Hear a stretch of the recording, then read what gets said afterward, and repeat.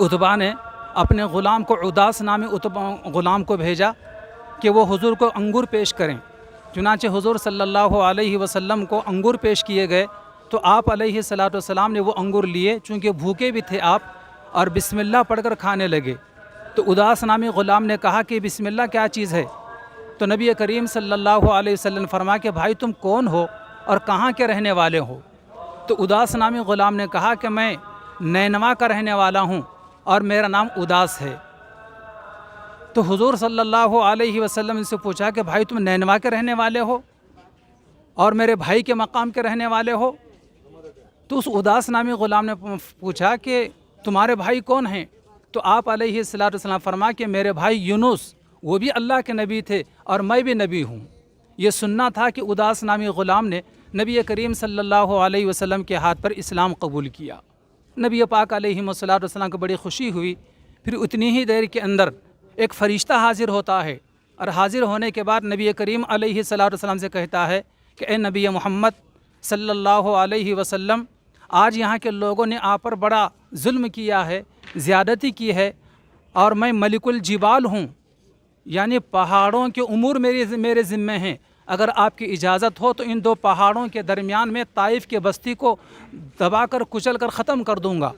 نبی کریم صلی اللہ علیہ وسلم فرمایا کہ نہیں، بلکہ آپ نے دعا فرمائی، اللہم اہدی قومی فإنہم لا یعلمون، اے اللہ یہ قوم، یہ لوگ مجھے جانتے نہیں ہیں، میری قوم کے لوگ مجھے جانتے نہیں ہیں، ان کو ہدایت عطا فرما۔ نبی کریم صلی اللہ علیہ وسلم چونکہ امت کے لیے زحمت بن کر نہیں آئے تھے، آپ رحمت بن کر آئے تھے۔ حضور پاک علیہ السلام کی اسی دعا کا نتیجہ تھا اور حضور کی دعا کا صدقہ تھا کہ چند ہی دنوں کے بعد، چند ہی برسوں کے بعد پورے کی پورے طائف کے لوگ مسلمان ہو گئے تھے۔ اور ہمارے اسلام کا جو ذریعہ بنا ہے، اسی طائف کا ایک نوجوان جو 17 سال کی عمر میں سندھ سے ہمارے علاقے میں آیا تھا، جو ہمارے اہل ہند کے اسلام کا اور مسلمان ہونے کا ذریعہ بنا ہے۔ بہرحال یہ عظیم مقام جہاں حضور پاک علیہ الصلوۃ والسلام تشریف لائے تھے اور یہاں 10 دن تک آپ نے قیام فرمایا تھا، اس مقام پر اللہ پاک نے ہمیں حاضری کا موقع عطا فرمایا ہے، اور ہم اب طائف سے حرم شریف روانہ ہو رہے ہیں۔ تو یہ میقات پڑتی ہے، جو بڑی میقات میں سے ایک میقات شمار ہوتی ہے، قرن المنازل۔ آج ہم نے یہاں پر احرام باندھا ہے، الحمدللہ ابھی حرم کی طرف روانہ ہونے والے ہیں، اور حرم پہنچ کر اس عمرے سے بھی فارغ ہوں گے۔ ہم اللہ تعالیٰ سے دعا کرتے ہیں کہ اللہ تعالیٰ یہ عمرہ ہمارے لیے آسان فرمائے اور اس عمرے کو اپنے بارگاہ میں شرف قبولیت عطا فرمائے، اور ہم جہاں جہاں سے بھی آئے ہوئے ہیں، نہ جانے خاندان کی کتنے لوگوں نے، رشتہ داروں نے، دوست و احباب نے، متعلقین نے اپنے گھر پر آ کر، ریلوے اسٹیشن پر آ کر، حتیٰ کہ کچھ لوگ ایئرپورٹ پر آ کر تک ہمیں دعاؤں کی درخواست کی ہے۔